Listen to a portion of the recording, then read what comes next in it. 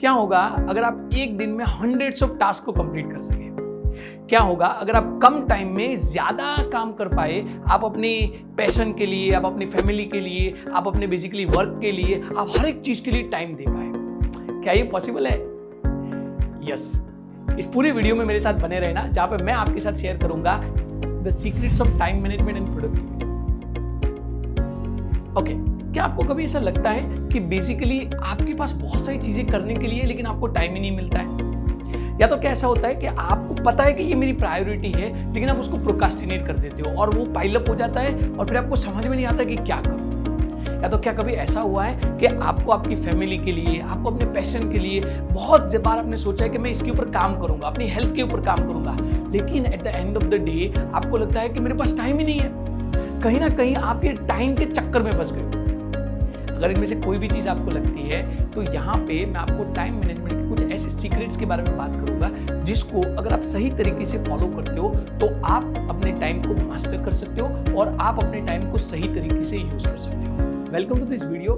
मैं हूं doctor CA Umang Ratani. As a profession, as a qualification I am a chartered accountant और time के साथ मेरा है ना बहुत अच्छा रिलेशनशिप रहा है, क्योंकि at any point in time मैं अपनी लाइफ में 3 या 4 चीजें साथ साथ करता था और हर एक चीज को मैंने सही तरीके से मैनेज किया है and that is the reason I am capable enough to talk about the time management. मैं आपको एक सिंपल बैकग्राउंड दूं तो मैं चार्टर्ड अकाउंटेंसी कर रहा था and at the same time मैं अपना CS और MCOM कर रहा था। फिर मेरा MCOM कंप्लीट हो गया तो मैं अपना LLB कर रहा था और बेसिकली उसके बाद मैं जब प्रोफेशनल लाइफ में गया तो मैं अपनी CA प्रैक्टिस मैनेज कर रहा था, साथ साथ मैं टीचिंग में इंटरेस्टेड था, ट्रेनिंग में इंटरेस्टेड था तो मैं ट्रेनिंग वाली चीजें कर रहा था और क्योंकि मुझे कंटेंट क्रिएशन का शौक था तो मैं थोड़ा थोड़ा कंटेंट क्रिएशन भी कर रहा था। बाद में जब मैंने एक्सपांड करना शुरू किया तो बेसिकली मैंने कंटेंट क्रिएशन वाला भी चीज़ शुरू किया, एंटरप्रेन्योरशिप की तरह मेरे 2 स्टार्टअप के ऊपर काम किया, तो मैंने बहुत कम टाइम में बहुत ज़्यादा चीज़ें अचीव कर पाया। और वो सारी चीज़ जो मैं कर पाया, the simple reason for that was I could know the secrets of time management. Time management और प्रोडक्टिविटी की कुछ ऐसी चीज़ें मुझे पता चली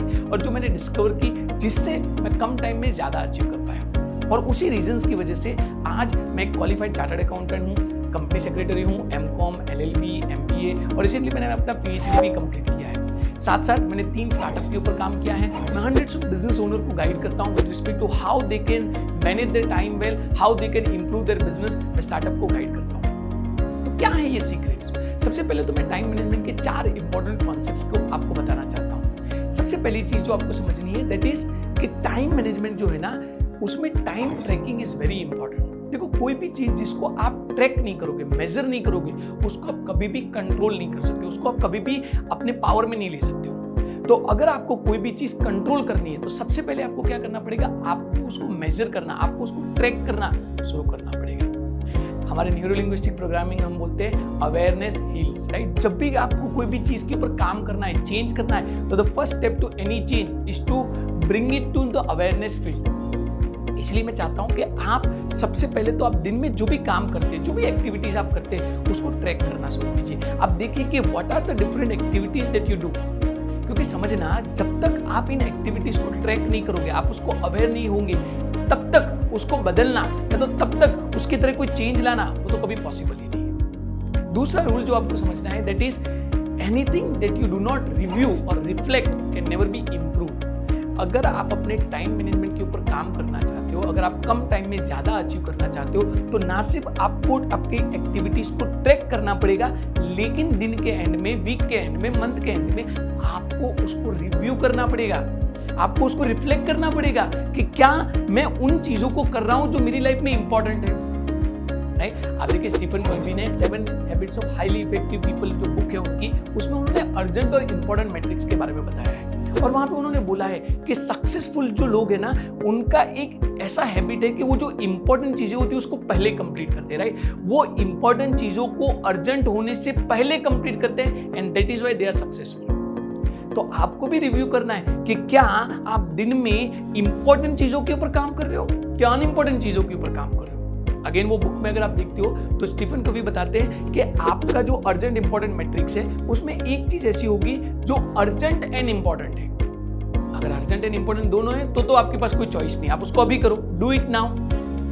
लेकिन अगर कोई चीजें ऐसी है जो इंपॉर्टेंट है लेकिन शायद अभी अर्जेंट नहीं है, जैसे आपकी हेल्थ, जैसे आपके relationships, right? These are important things of your life, लेकिन क्योंकि उसका कोई अर्जेंसी नहीं है ना, हम ज्यादातर उसको निग्लेक्ट करते हैं, हम ज्यादातर उसको बेसिकली इग्नोर करते हैं। आपको क्या करना है, उन चीजों को शेड्यूल करना है, राइट? यू शुड शेड्यूल कि मैं हफ्ते में एक दिन अपनी हेल्थ के ऊपर काम करूंगा, मैं हफ्ते में एक दिन अपनी फैमिली को टाइम दूंगा, हम सैटरडे को डिनर में जाएंगे, हम बेसिकली इन चीजों को इस तरीके से करेंगे, महीने में 2 दिन मैं बेसिकली अपने पैशन के ऊपर काम करूंगा। तो आप है ना जो जो इंपॉर्टेंट चीजें उसको शेड्यूल करना शुरू कर दीजिए।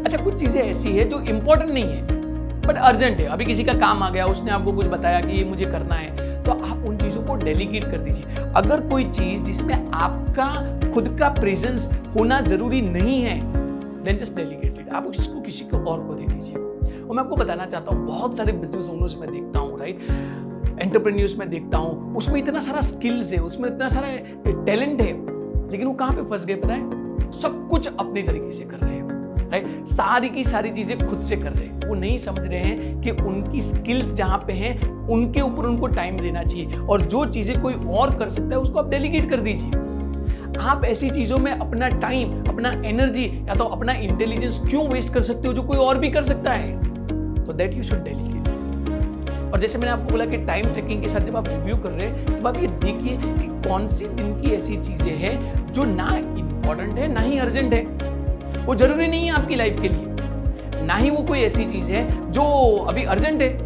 तो ऐसी चीजों को आप क्या कीजिए, बेसिकली डिलीट करते जाइए, राइट? आप बेसिकली ऐसी चीजों को कम करते जाइए ताकि आप उन चीजों से टाइम निकाल के उन चीजों में लगा सके जो इंपॉर्टेंट है। देखो, मैं आपको बताना चाहता हूं, और ये बहुत अच्छी तरीके से ध्यान से सुनना और समझना कि time management is less about the time management but it is more about the focus and priority management.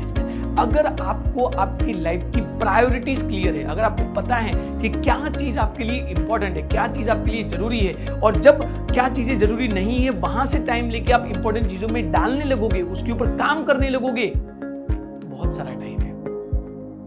मुझे एक बहुत अच्छी चीज जानने को मिली थी when I was small. I remember my teacher used to tell me कि जितने भी सक्सेसफुल लोग हैं उनके पास भी 24 आवर्स है और आपके पास भी 24 आवर्स है।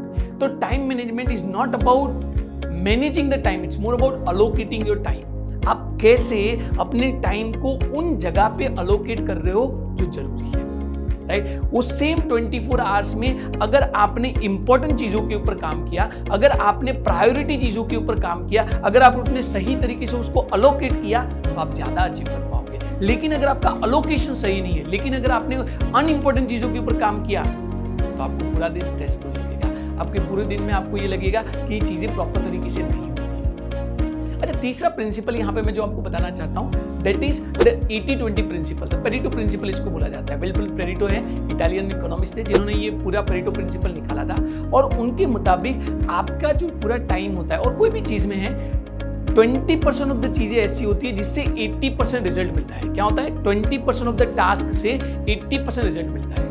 तो जैसे मैंने आपको ट्रैकिंग का बोला, वहां पे भी आप नोट कीजिए कि कौन सी आपके दिन की एक्टिविटीज है जो आपको मैक्सिमम बेनिफिट या तो मैक्सिमम रिजल्ट मिलते हैं, और जो वो एक्टिविटीज है आप दिन में फर्स्ट उन चीजों को कीजिए। क्योंकि अगर आपने वो 20% एक्टिविटी, इंपॉर्टेंट एक्टिविटी जिससे ज्यादा रिजल्ट मिल रहा है, ज्यादा बेनिफिट मिल रहा है, उसको पहले खत्म कर लिया, तो बाद में आपके पास टाइम ही टाइम है, राइट? बाद में आप वो सारी चीजें जो आप करना चाहते हो पैशन के तरह, जो आप करना चाहते हो अपनी फैमिली के तरह, जो आप करना चाहते हो आपकी दूसरी चीजों की तरह, आपको बहुत सारा टाइम मिल जाएगा, right? So that's few of the concept relating to the time management. अच्छा, अगर आप ये टाइम मैनेजमेंट को और बेहतर तरीके से सीखना चाहते हो, अगर आप ये जो हैक्स मैंने आपको बताए या तो जो सीक्रेट्स आपको बताए उसको थोड़ा और डिटेल में समझना चाहते हो, और आप कम टाइम में ज्यादा अचीव करना चाहते हो, साथ साथ जो टाइम रिलेटेड जितनी भी आपकी प्रॉब्लम्स है उसको आप सॉल्व करना चाहते हो, तो मेरा ये कोर्स है जिसको मैंने बोला गया है कि the secrets of time management and work less and achieve more, right? Some of the secrets of the time management productivity